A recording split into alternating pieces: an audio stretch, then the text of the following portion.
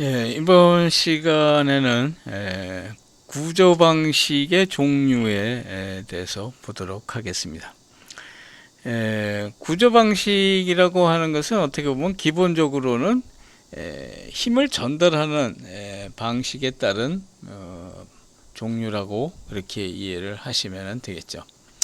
그래서 아까도 이미 전 시간에도 얘기했습니다만 일반적으로는 이제 수평면과 연직면, 수직면이죠. 수직면으로 의해서 구성하는 것이 가장 일반적이고, 뭐 그 이외에 독특하게도 입체적으로, 그냥 입체적으로 구성하는 경우가 존재를 합니다. 또한 거기에 따른 이제 시공 방법하고 구조 방식이 있고, 뭐 그 안에는 이제 단일 방식이 아닌 복합화된 방식도 존재한다는 것을 미리 염두에 두어 주시면 좋겠습니다. 결국 구조 방식이라고 얘기하는 것은 건축물의 안전성을 확보하기 위한 방식이다 라고 그렇게 일단 보시면 되겠죠. 그래서 시상 구조라고 하는 것은 대개는 재료별로, 즉 구조 재료로 대개는 구분이 가능하다라고 그렇게 이해하시면 되겠습니다. 그래서 일반적으로는 이제 목조, 그다음에 철골조, 철근 콘크리트조, 그다음에 철근 콘크리트조, 벽돌조, 이러한 재료를 사용한 건축물이 가장 일반적이고, 이제 특수한 구조, 물론 이쪽에서 얘기하고 있는 일반적인 구조라고 하는 것은 대개 입방형의 구조 형태를 갖고 있는 건축물이라고 보시면 되겠고, 특수 구조는 대개 입체적인 구조로 되어 있는 것들이 되게 많이 있어서 뭐 프리스트레스 콘크리트죠. 요거 조금 구체적인 설명이 나중에 필요합니다만, 그 다음에 이제 뭐 케이블을 이용하거나 아니면 막을 이용하거나 한 그런 특수 구조들이 존재한다라고 알아주시면 좋겠습니다. 네, 이거는 뭐 목구조죠. 물론 목구조라고 하는 것이 실은 재료는 나무를 사용했지만 형태는 굉장히 다양한 형태의 목구조가 있고, 나라별로도 다양한 형태의 목구조가 있다고 그렇게 보시면 되겠죠. 뭐 이거는 뭐 일종의 펜션과 같은 형태, 통나무지 형태의 목구조라고 그렇게 보시면 되겠죠.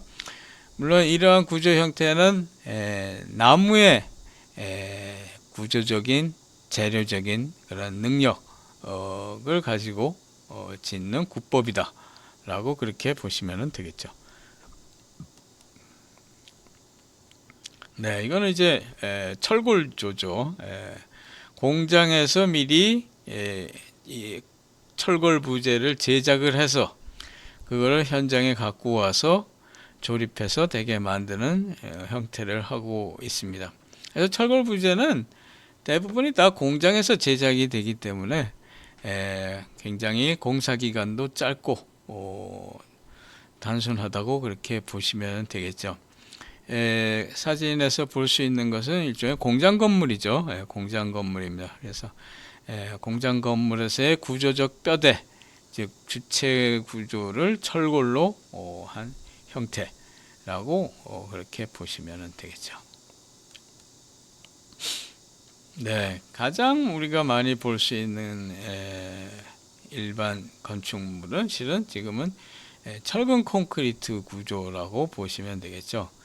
철근 콘크리트는 결국 뼈대가 되는 철근 바깥을 갖다가 이제 콘크리트로 감아서 만들어낸 구조 형태의 건축물이다라고 그렇게 보시면 되겠죠. 상당히 단단하고 해체하기 어려운 그러한 건축물이 만들어진다라고 그렇게 보시면 되겠죠. 물론 속에는 많은 철근과 콘크리트가 사용이 되기 때문에 공사 내용은 굉장히 복잡합니다만 건축물의 성능은 매우 우수하다라고 그렇게 이해하실 수 있습니다. 예, 이거는 이제 철골 철근 콘크리트조라고 해서 일종의 이것도 복합 구조라고 보시면 되겠죠. 지금 뭐가 복합 구조냐 하면은 결국 여기 이제 기둥이라든가 보라든가 바닥판이라든가 이거는 실은 철골을 기준으로 하고 있습니다. 그러나 우리가 건축물에서 철이라고 하는 것이 실은 화재도 실은 약하고 거주성이 그다지 좋지는 않죠. 그래서 거기에다가 이제 콘크리트로 다시 피복을 해서 복합화시킨 형태죠. 지금 여기 보시면은 철골 기둥이 있습니다만 철골 기둥의 외부에다가 뭐 이렇게 거푸집을 대고 다시 콘크리트를 해서 외관상으로는 이제 콘크리트 건물 같지만 속에는 이제 철골이 들어있는. 그다음에 이제 단순히 이제 철골만 해서는 이제 부착이 잘 안 되니까 철근도 같이 이 안에 사용을 하겠죠. 그래서 철골, 철근 콘크리트라고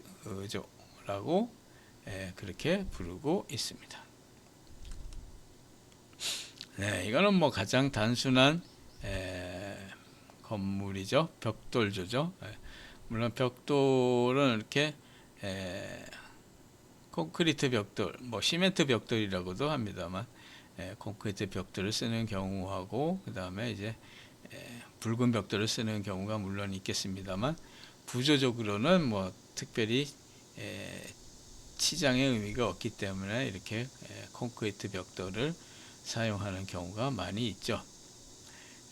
한편 뭐 아까 철근 콘크리트나 이 벽돌조하고 차이점을 잠깐 보자면은 이거는 쌓아 올려서 만든 거고 실상 철근 콘크리트조는 일종의 기둥보 방식이죠. 라멘 구조 방식이면서 재료에 따라서 구조의 형태가 바뀌기도 한다라는 점을 또한 알아주시면 좋겠죠. 우선 그 가장 대표적인 수평면과 연직면에서 구성하는 일종의 이제 입방체 방식을 한번 보도록 하겠습니다만, 이 연직면의 구성에서는 결국은 라멘의 경우는 이제 기둥이 되겠죠. 라멘의 경우에는 기둥이 이제 연직 부재가 되고, 그 다음에 이제 벽의 경우에는 지금 뭐 두 가지가 있을 수 있습니다만 내진 요소를 사용한 벽이 있습니다. 그래서 이것을 내진벽이라고 부릅니다. COR이죠. 일종의 전단벽. 그래서 이거는 횡력, 지진을 막기 위해서 들어가는 벽이다 라는 점이죠. 그 다음에 가세 트러스라고도 부릅니다만 이것은 뒤에서 그 형태를 보시면 되겠죠.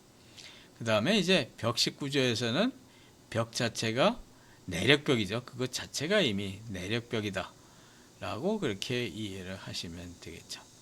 실상 라멘에서는 내력벽이 존재하는 것이 아니라 부분적으로 내진벽이 존재한다 라는 얘기를 하고 있죠. 네, 지금 그 설명을 다시 부연하자면은 지금 라멘의 경우에는 이렇게 기둥과 보호에 의해서 속이 이렇게 트여 있는 그러한 골조를 하고 있습니다만, 당연히 이러한 형태는 횡력에 대해서 매우 약하다. 즉 옆에서 힘이 걸리게 되면은 이렇게 기울어지게 되겠죠. 그래서 이거를 어떻게 막아줘야 하는 것이 이제 구조적인 안전성을 확보하기 위한 방법인데, 거기에 뭐 그것의 구체적인 방법으로는 이렇게 세 가지가 있다고 그렇게 보시면 되겠습니다. 그래서 하나는 결국은 이 부재를 굵게 해서 그 단면으로서 그것 변형을 방지하는 방법하고, 그 다음에 또 하나는 아까 가세라고 얘기했습니다만 이렇게 경사진 부재를 집어넣음으로써 이것의 변형을 구속하는 거죠. 변형을 구속하는 거. 요것이 이제 아까 잠시 있었던 일종의 내진 벽에 가까운 형태라고 보시면 되겠죠.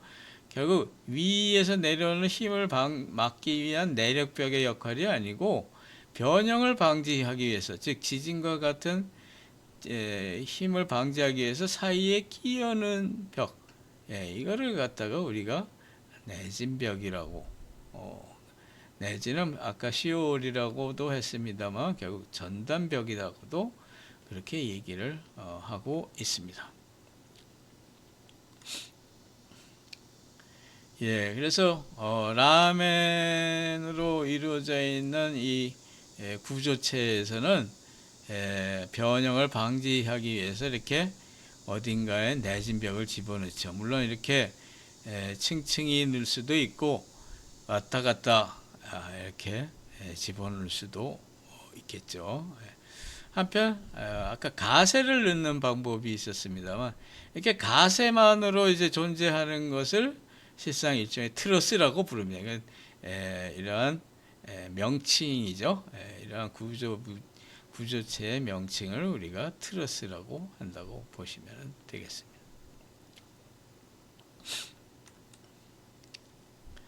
요거는 아까 그 변형을 방지하기 위해서 구조 부재의 단면을 키운다고 얘기를 했는데, 그러한 방법 중에 하나죠. 전체적인 단면을 키우지는 않고 가장 취약한 접합부에서의 단면을 갖다가 키운 그러한 형태라고 이렇게 보시면 되겠죠. 이것은 이제 가세죠. 가세입니다. 그래서 가세를 집어넣음으로써, 물론 철골 가세입니다만 개방성을 유지하면서도 결국은 변형을 방지하겠다라는 그러한 의미를 갖고 있는 거라고 보시면 되겠죠. 우리 가세의 형태도 실은 집어넣는 방법은 굉장히 여러 가지가 있죠. 이거는 예를 들어서 누워있는 K자형과 같은 형태죠. 이거는 일종의 N자죠. N자와 같은 형태로 가세가 들어가 있는 경우도 있습니다. 이것도 일종의 N자라고 보시면 되겠죠. 일종의 이거는 되게 주차장 건물이죠. 주차장 건물은 특별히 벽이 필요한 것이 아니기 때문에 이렇게 단순한 구조 부재만으로 형성이 되어 있습니다. 이거 서울대 미술관이죠. 이거는 불어 유리를 외벽 마감으로 사용을 함으로써 속에 있는 가세의 구조 형태를 갖다가 노출시킨 그러한 모습이라고 이렇게 보시면 되겠죠.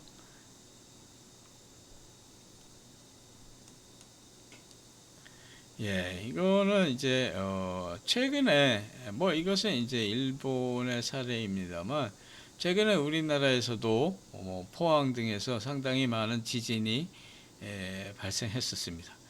지진 발생에 의해서 우리가 위험하게 생각하고 있는 것이 오래전에 만들어진 그 학교 건물들이죠. 그래서 학교 건물들이 무너지는 것을 막기 위해서 결국 새로 지을 수는 없고 보강을 해야겠죠. 그래서 내진 보강이라고 부릅니다. 결국 계급부에다가 이렇게 가세 형태의 철골 부재를 부가시킴으로써 건축물 전체를 갖다가 구조적으로 안정화시키는 그러한 방법을 최근에 많이 도입을 하고 있습니다.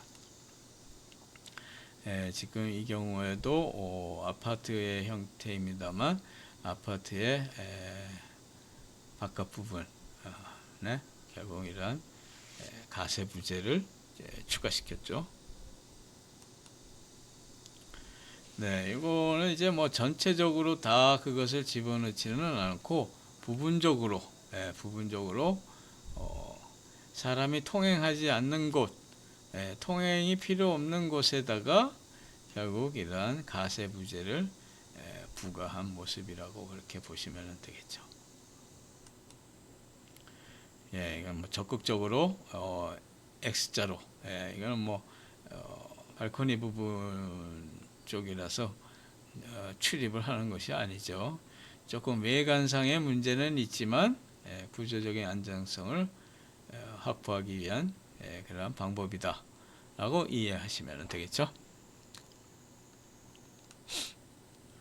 네, 이것도 전부 이렇게 추가적으로 건축물의 외부에다가 했습니다.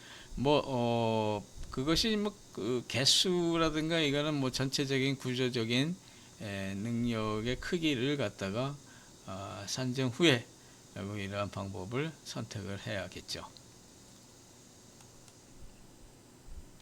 네, 가까이서 본 모습이죠. 조금 보기에는 좀 심합니다만 안전보다 더 중요한 것은 없겠죠.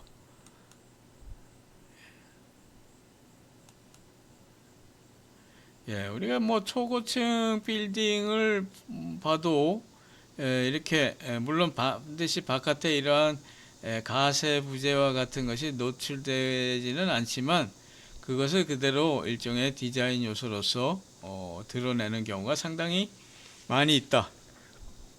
즉 가늘고 긴 건물에 있어서는 그것이 변형이 굉장히 쉽기 때문에 그 변형을 막아주기 위해서 별로 그렇게 크게 부위를 차지하지 않는 가는 가세를 집어넣는 것이 굉장히 유리하다라고 그렇게 생각을 하고 있는 거죠. 예, 이건 뭐 테이블의 모습입니다만 이 테이블도 만약 이러한 것이 없으면은 굉장히 찌그러지기 쉽겠죠. 그래서 그거를 막아주고 있는데 이것이 곧 일반적인 가세의 역할이다 라고 그렇게 이해할 수 있습니다. 예, 이거는 전 시간에 봤었던 폼피드 센터입니다만 폼피드 센터의 경우에도 결국 바깥에 이렇게 가는 부재로 시각적으로는 가리지 않으면서 구조적인 안전성을 도모하고 있다 라고 그렇게 보시면 되겠죠. 예, 이거는 뭐 어딘가 이 자동차 뭐 터널이라 그럴까 지붕입니다만 이 경우에도 이상 바깥은 하늘은 보이되 이 구조체는 이제 안정화시키기 위해서 이런 X자형의 가세를 설치했다고 보시면 되겠죠. 뭐 지금 거는 일종의 그 연직면에 대한 그런 얘기였습니다만 이번에 이제 수평면에 대한 거를 보도록 하겠습니다. 결국 입방체 형태 건축물에서 구성되고 있는 수평면이라고 하면 이제 바닥하고 지붕이죠. 바닥하고 지붕. 그 다음에 이제 기둥과 기둥을 연결하고 있는 이제 보라고 하는 부재가 있습니다. 이 보호 부재죠. 결국 이 보호 부재가 기둥을 갖다가 전부 다 단단하게 다 꽉 붙잡아주는 그런 역할을 해서 결국 바닥의 하중을 보호를 통해서 기둥으로 전달하는 그런 굉장히 중요한 역할을 하고 있다라고 그렇게 보시면 되겠죠. 그래서 라멘 구조에서는 아까 그 연직면과 마찬가지로 수평적으로도 수평 가세가 필요할 수도 있습니다만 물론 대개는 여기 바닥 구조가 들어가 있기 때문에 꼭 수평 가세라고 하는 것을 꼭 사용해야 할 필요는 없겠죠. 예, 지금 이 바닥 구조의 모습을 한번 보시겠습니다. 결국 기둥과 보, 그죠? 그 다음에 그 보 위에 바닥판, 이러한 형태로 바닥 구조가 실은 맞춰져 있다라고 그렇게 이해를 하실 수 있겠습니다. 예, 한편 벽식 구조에서 바닥은 보시면은 보호가 없죠. 보호의 형태가 없습니다. 결국 기둥이 없기 때문에 보호도 없고 보호가 없기 때문에 그냥 단순 바닥판으로만 되어 있는 굉장히 단순한 매끄러운 형태가 되어 있죠. 따라서 실상 여기에다가 천장이라든가 이런 걸 설치하기가 굉장히 편리한 쉬운 구조다라고도 그렇게 얘기할 수 있겠습니다. 특수한 바닥 구조들이 실은 있습니다. 이거는 뭐 여간에서는 잘 볼 수 없습니다만 일종의 보호의 역할을 하는 것이 그냥 내장이 되어 있다고 보시면 되겠죠. 그래서 바깥으로 보면 그냥 뭐 바닥판이지만 그 안에 세부적으로 보면 그 안에 보호가 같이 포함되어 있는 그런 형태가 특수 슬래브라고 그렇게 보시면 되겠습니다. 지금 여기 보시면 이거는 이제 준공 슬래브 속에 이렇게 구멍이 빈 공간이 있죠. 물론 이것을 만들기 위해서는 이렇게 철관 같은 것을 미리 집어넣고 콘크리트를 타설해서 굳힙니다만 결국 이것은 이 철관과 철관 사이가 하나하나의 일종의 보호와 같은 역할을 하고 있다고 그렇게 보시면 되겠죠. 물론 이렇게 하는 이유는 뭐 결론부터 얘기하자면은 얇은 두께의 보호에 해당하는 것을 만들므로써 전체적인 바닥판의 두께를 얇게 하자. 다시 말해서 층고 자체를 좀 낮추기 위한 용도라고 보시면 되겠습니다. 이쪽에 있는 것은 기본적으로 다 실상은 작은 보호를 갖다가 사용을 함으로써 층고를 낮추고자 하는데 그 용도가 있고, 요거는 조금 다릅니다. 요거는 지금 보호가 거꾸로 가서 붙었죠. 보호가 원래 밑에 있는데 이거는 이제 배관을 갖다가 밑에서 자유롭게 하기 위한 목적으로 결국은 밑에서 자유롭게 한다기보다도 위층의 배관은 위층에서 하기 위한 그러한 목적의 슬래브라고 봅니다. 그래서 이거는 역슬래브라고 우리가 흔히 얘기를 하고 있습니다. 그래서 이것은 보이드 슬래브, 즉 준공 슬래브라고 부르고, 이건 조이스트 슬래브, 즉 이거 장선이라고 부르죠. 장선 슬래브. 그다음에 이제 와플 슬래브라고 부르는데, 이거는 뭐 여러분들 요새 와플이 많이 있습니다만 이렇게 와플처럼 움폭움폭 파였고 결국 그 사이사이가 작은 보호가 격자로 지나가는 것과 같은 구조적 역할을 하는 것을 우리가 와플 슬래브라고 하죠. 와플 슬래브는 대개는 보면 공항이라든가 뭐 제주공항도 그렇고 인천공항도 그렇고 그러한 대공간 지붕의 바닥 구조에 많이 사용을 하고 있다고 그렇게 보시면 되겠습니다. 뭐 제가 장난으로 한 겁니다만 뭐 이런 또 일종의 와플 구조라고도 볼 수 있겠죠. 그 다음에 특수하게도 이제 입체적으로 되어 있는 구조죠. 입체적으로 만들어져 있는 것, 즉 꼭 입방체라고 하기보다는 전체적으로 통으로 구성이 되어 있는 것 중에 대표적인 것 중에 하나가 이제 절판 구조가 있습니다. 판을 접어서 만들었다는 거죠. 그래서 판을 접음으로써 거기에서 작용하는 면의 응력으로 결국 하중을 처리하겠다 하는 거죠. 그래서 folded plate structure라고 그렇게 부르고 있습니다. 물론 이러한 것들은 대개 대공간을 그대로 형성하는 거기 때문에 뭐 전시 공간이라든가 이런 데 많이 사용되는 구조라고 그렇게 보시면 되겠죠. 뭐 이거 지금 만약에 위에다가 이렇게 평판을 갖다가 세워놨다고 하면 이렇게 당연히 휘어지겠죠. 그래서 이 휘어짐을 막기 위해서 실상 거기에 일종의 절판을 두는 거죠. 접음으로써 이것이 결국 일종의 장선과 같은 역할을 하고 있다 라고 그렇게 이해할 수 있습니다.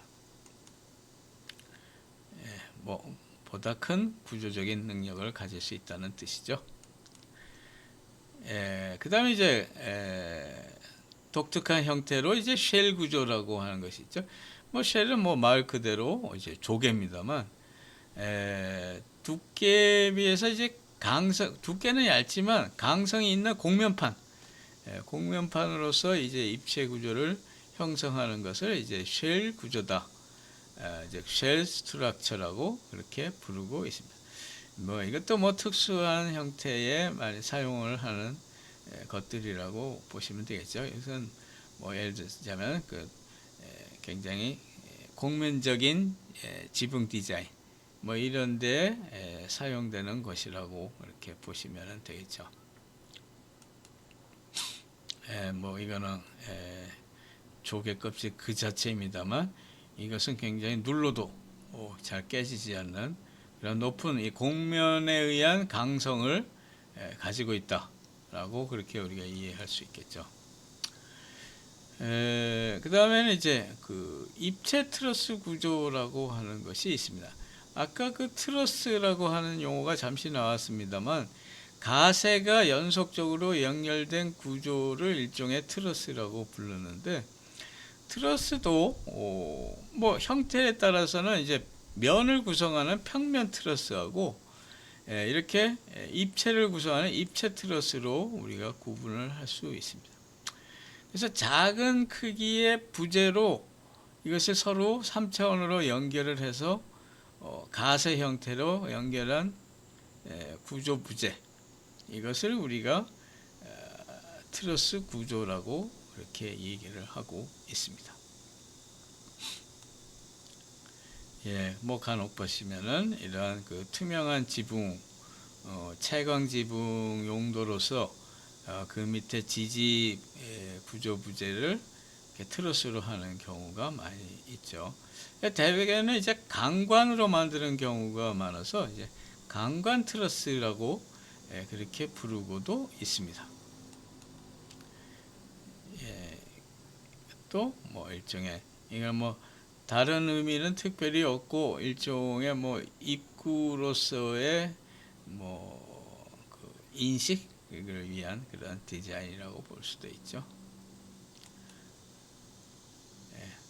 뭐 설사 거기에 눈이 온다고 할지라도 뭐 자체적으로 잘 지지는 됩니다.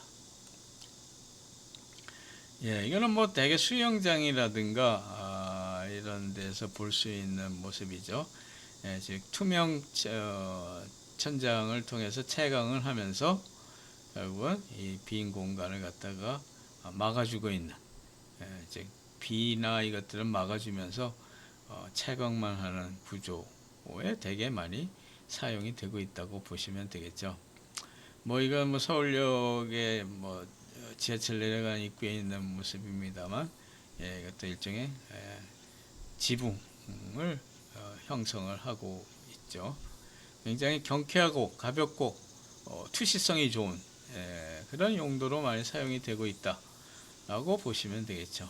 물론 그것이 반드시 그러한 용도로만 쓰인다기보다는 이거 교량이죠. 일종의 트러스 교량, 트러스 교라고 부릅니다만 결국 이렇게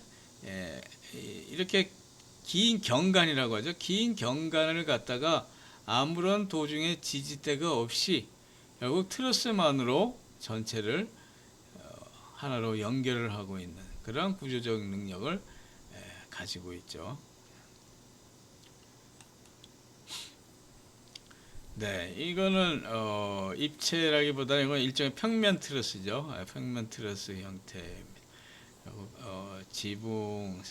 지붕의 형태를 갖고 있는데 뭐 물론 이것을 이제 한 이유로는 당연히 이 사이에 기둥이 있어서는 크레인 작업을 할 수 없기 때문에 결국 그 사이를 띄우기 위해서 이렇게 경량 철골로 트러스를 형성을 했다라고 그렇게 보시면 되겠죠.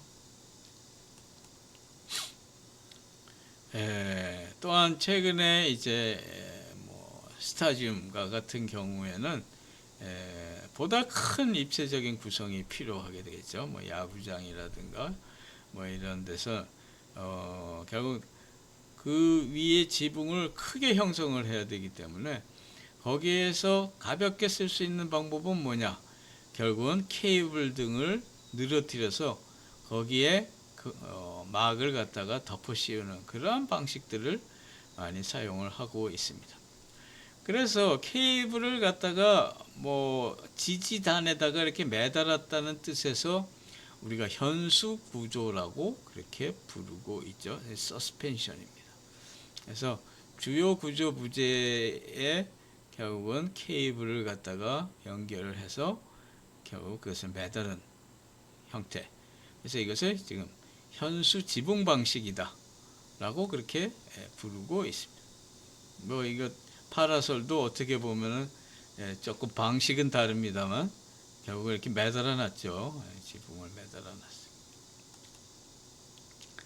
놨어요. 이거 체육관의 경우인데 여기 콘크리트 부재가 있고 실상 여기에 케이블이 연결이 돼 있고 그 위를 이제 뭐 철판 등이 마감을 하고 있는 그런 모습이라고 보시면 되겠죠.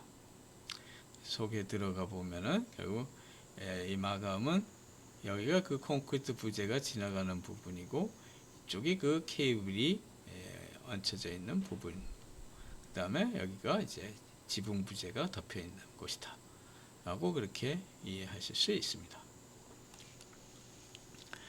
네, 이거는 이제 좀 아까 보신 거는 지붕을 매달았습니다만 독특하게도 바닥을 매다는 방식이 있습니다. 지금 밑에가 지금 떠 있죠. 지금 가운데에 주된 구조 부재가 있어서 가운데 주요 구조 부재에다가 이 바닥을 한 층씩 다 당겨서 붙잡아 놓고 있는 방식이죠. 이거는 굉장히 구조적으로 독특해서 여간에서 잘 있는 방법은 아닙니다만 뭐 특별히 이러한 구조적인 독창성이나 아니면 이 밑에 부분을 보다 넓게 사용을 하고 싶다. 뭐 이러한 목적으로서 사용되고 있는 그런 방식이라고 보시면 되겠죠. 그래서 아까 있었던 현수 지붕 방식에 대비해서 이것을 현수 바닥 방식이다 라고 그렇게 부르고 있습니다. 이거는 대구에 있는 대주택공사 건물입니다만 독특하게도 여기가 지금 비어 있죠. 결국 이것은 이 위에 이 위에 지금 트러스 부재가 있는데 이 트러스 부재에다가 실은 이것을 갖다가 매달아 놓은 바닥을 매달아 놓은 형태라고 그렇게 보시면 되겠습니다. 지금 그 부분이죠. 그래서 주요 구조체 역할을 하는 것이 이 콘크리트 부재하고 이 위에 있는 이 트러스 부재죠. 그래서 거기에다가 이거를 다 연결했다. 꼭 매달았다고 얘기하기보다는 연결성을 확보해서 그것이 처지지 않게 만들었다 라고 이해하시면 되겠죠. 이거는 당시에 시공시의 모습입니다만 뭐 시공시에는 이러한 형태를 밑에 지지대가 있죠. 일단 위의 구조체가 만들어지기 전이기 때문에 할 수 없이 밑에서부터 시공을 해서 위의 구조대가 완전히 만들어지게 되면 그때 가서 이거를 제거하는 그런 형태의 시공 순서가 된다고 보시면 되겠죠. 아직 지금 위에 트러스 구조 부재를 제작하고 있죠. 답변하기 전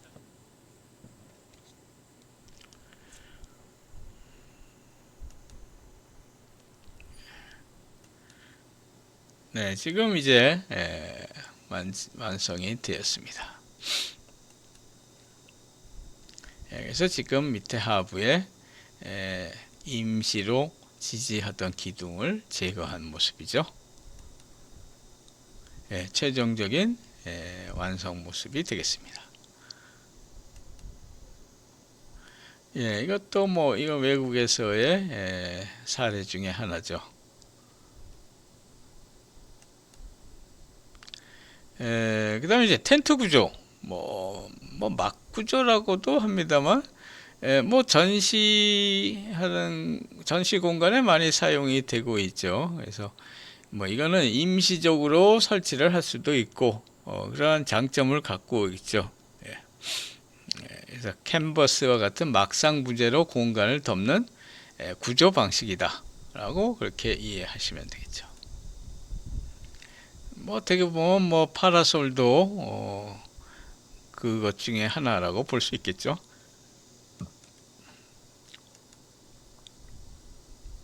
뭐 이런 뭐 그냥 농담입니다만, 뭐 실상 시장 등에 보면 이렇게 텐트가 치어져 있는 것이 결국은 일종의 이것도 막 구조 중에 하나다라고 그렇게 보시면 되겠죠.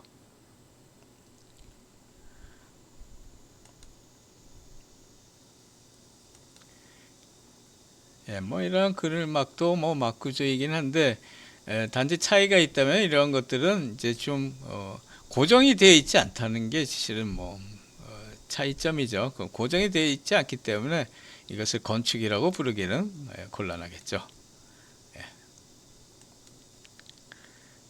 이것도 일종의 다 막 구조의 개념이라고 보시면 되겠죠. 결국 이러한 막 구조가 흔들리지 않게 하기 위해서는 단단하게 잡아당겨 줘야 되죠. 결속을 해놔야 안전하게 이루어질 수 있겠죠.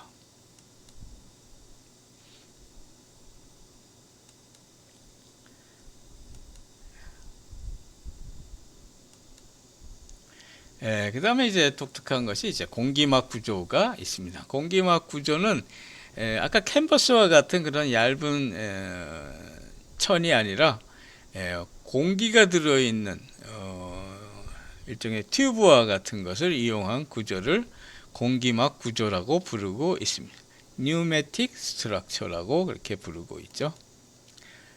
뭐 이렇게 어린이 놀이 뭐 기구라든가 이런 데 많이 쓰고 있습니다. 일종의 이것도 나름 기둥과 보호의 형태를 다 갖추고 있죠. 이건 뭐 기차 터널 같은 겁니다만, 하나의 충분한 공간을 형성을 하고 있습니다. 뭐 다음 시간에는 이제 뭐 시공법과 구조 방식에 관한 얘기를 보도록 하겠습니다.